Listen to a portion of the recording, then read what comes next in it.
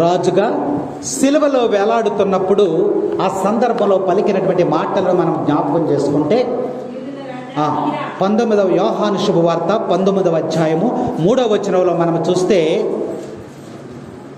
సిలువ మీద వేలాడుతూ బాధలు పడుతూ ఉన్నాడు, శ్రమలు అనుభవిస్తూ ఉన్నాడు, దెబ్బలు తిన్నాడు, కొరడా దెబ్బలు తిన్నాడు, అలసిపోయాడు, శరీరం అంతా కూడా నలిగిపోయింది. ఆ సమయంలో ఆయన మరణ వేదనలో కూడా రాజుగానే చనిపోయాడని మనకి జ్ఞాపకం చేస్తా ఉంది. చూడమ్మా 3వ వచనం చదువు. ఆయన వద్దకు వచ్చి, యూదుల రాజా నీకు శుభము. హింసించేటువంటి వారు, ప్రభువుని హింసించేటువంటి వారు, కొరడాలతో కొట్టినటువంటి వారు, దూషించిన వారు, తిట్టిన వారు, ఉమ్ము వేసిన వారు, బళ్ళిముతో పొడిసినటువంటి వారు, హేళన చేసినటువంటి వారు, సిలువ వేయడని దూషించినటువంటి వారు ఏమంటున్నారు?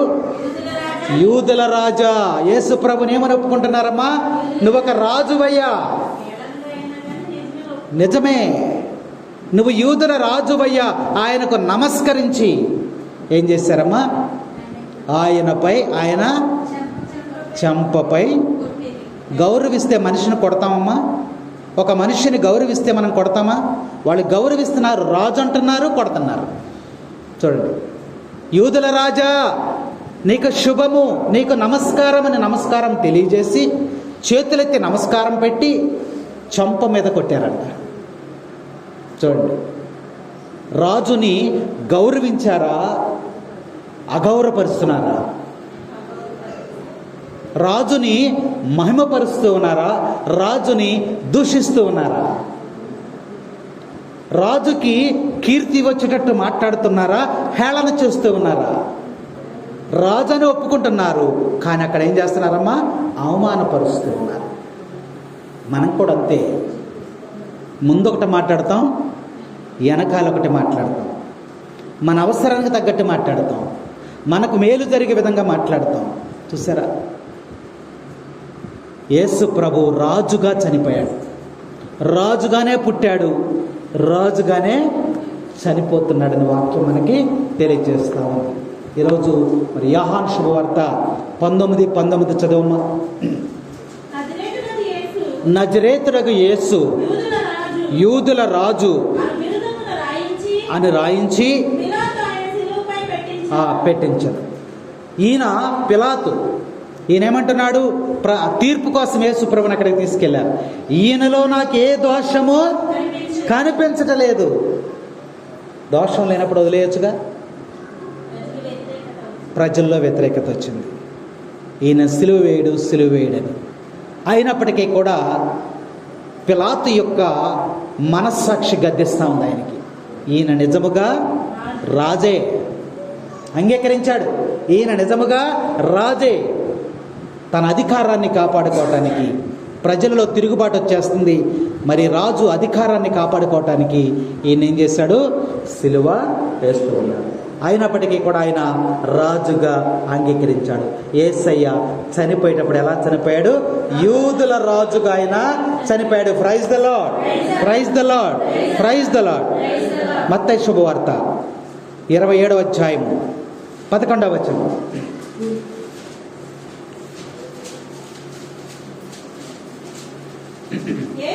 యేసు అధిపతి ఎదుట నిలువగా నీవు యూదుల రాజువా అని అతడు, ఎవరు? యేసు ప్రభుని మనం ఇక్కడ చూసినట్లయితే యేసు ప్రభుని అడిగాడు, నీవు యూదుల రాజువా అని అడిగాడు. అప్పుడు యేసు ప్రభు ఏమన్నాడు? నీవన్నట్లే నేను యూదులకు రాజుని. Praise the lord. యేసు రాజుకి, క్రీస్తు రాజుకి, యేసు రాజుకి, క్రీస్తు రాజుకి. నీవు యూదుల రాజువా అని అడిగాడు. ధైర్యంగా చెప్పాడు యేసయ్య. అన్ని బాధల్లో ఉండి, అంత బాధలో ఉండి, మరణానికి దగ్గరలో ఉండి, అన్ని హింసలు బాధలు పడుతూ నీవు యూదుల రాజు అంటే ఆయన ఏమన్నాడు? నువ్వన్నట్లే నేను యూదుల రాజుని. అంటే ఆయన చనిపోతూ కూడా ఎలా చనిపోయాడు? రాజుగానే. ఆయన పుట్టుక రాజు, ఆయన చనిపోవటం రాజు. ఆయన ఎలా వస్తాడు అంటే రాజుగానే వస్తాడంట. ఏంటది? రాకడ. రెండవ రాకడ ఉంది. వెళ్ళిపోయాడు కదా. ఎక్కడికి వెళ్ళిపోయాడు ఆయన? ఎక్కడికి వెళ్ళిపోయాడమ్మా? పరలోకములోనికి వెళ్ళిపోయాడు. అపోస్తుల కార్యాలు చూడండి. అపోస్తుల కార్యములు 1వ అధ్యాయము 11వ వచనం.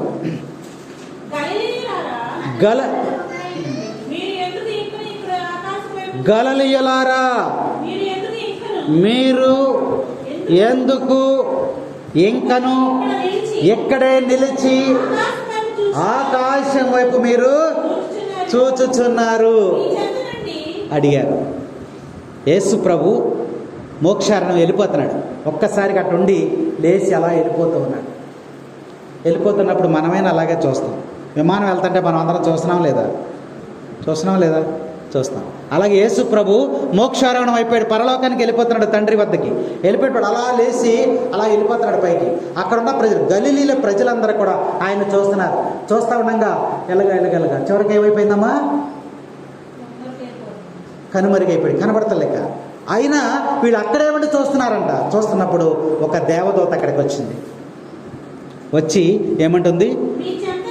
గలిలయులారా మీరెందుకు ఇంకా ఆకాశం వైపు అక్కడే ఉండి అలా చూస్తూ ఉన్నారు? మీ చెంత నుండి పరలోకములోకి చేర్చుకొనబడిన మీ యేసు ఎట్లు పరలోకమునకు పోవుట మీరు చూచితిరో అట్లే ఆయన మరలా వచ్చును. రాకడదే. యేసయ్య ఎలా వెళ్ళిపోయాడు పైకి మోక్షారణం, అలాగే పరలోకం నుంచి మళ్ళీ కిందికి వస్తూ ఉన్నాడు. 2 సార్లు జరిగింది. యేసయ్య ఒకసారి పరలోకం నుంచి వచ్చాడు కదా. వచ్చాడా రాలేదా? ఎలా వచ్చాడు? శిష్యువుగా వచ్చాడు. నరమాత్రుడిగా వచ్చాడు. ఒక మనిషిగా వచ్చాడు. ఎలా వచ్చాడు? గొర్రె పిల్లలాగా వచ్చాడు. వినయము కలిగి వచ్చాడు. విధేయత కలిగి వచ్చాడు. వినమ్రుడిగా వచ్చాడు.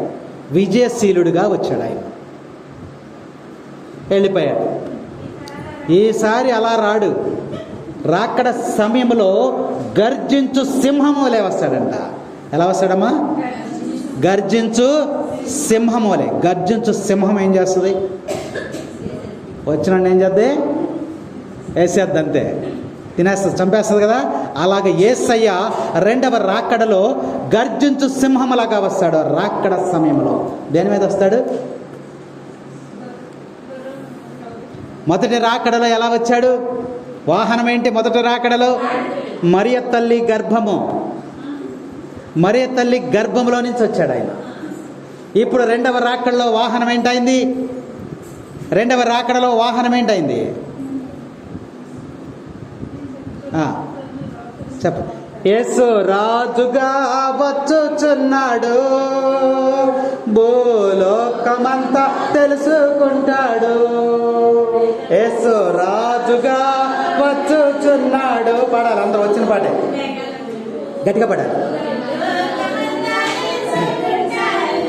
రవి కోటి తేజుడు, రమ్యమైన దేవుడు,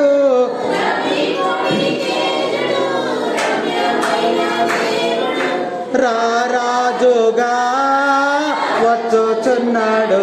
యేసు రాజుగా వచ్చుచున్నాడు, భూలోకమంతా తెలుసుకుంటాడు. ఎలా వస్తాడంట?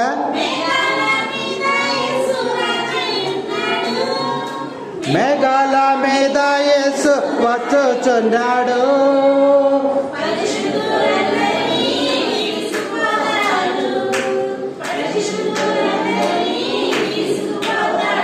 ఎలా వస్తాడట?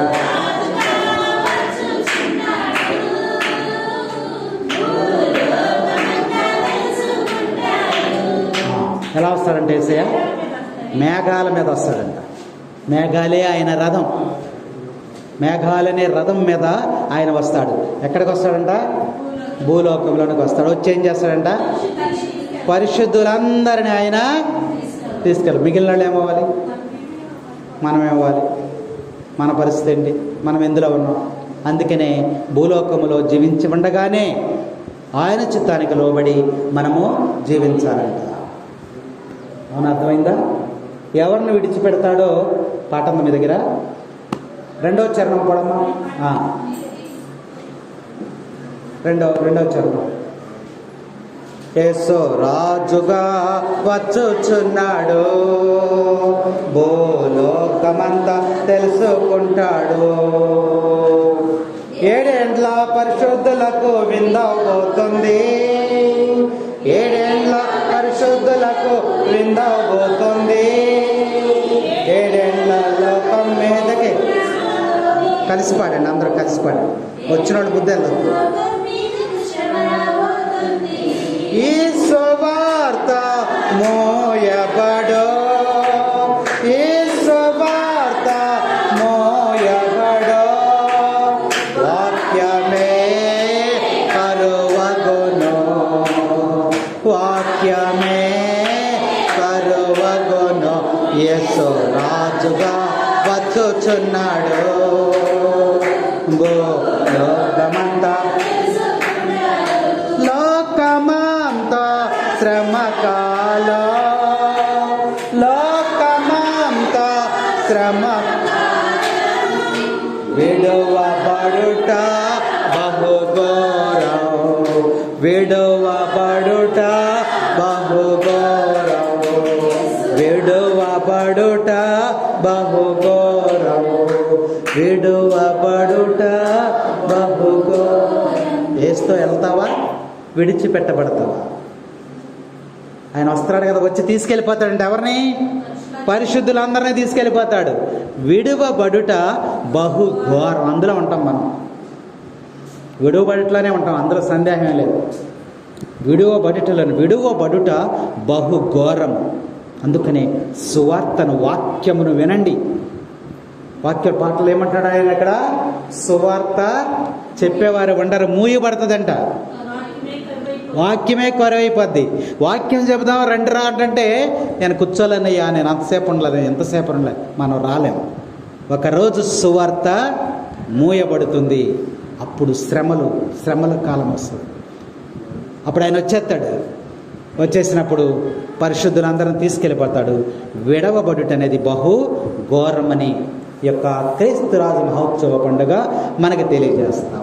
కాబట్టి యేసుక్రీస్తు యొక్క పుట్టుక, రాజుగా పుట్టాడు. చనిపోవటం, రాజుగా చనిపోయాడు. మళ్ళా తిరిగి రావటం, రాజుగానే వస్తూ ఉన్నాడని ఈ యొక్క పండుగ తెలుసు. ఎప్పుడు వస్తాడంట తెలుసా మీకు? ఎవరికైనా యేసుప్రభుడు వస్తాడు. దర్శన గ్రంథంలో ఉంది, 22వ అధ్యాయము 7వ వచనం. దర్శన గ్రంథము 22వ అధ్యాయం.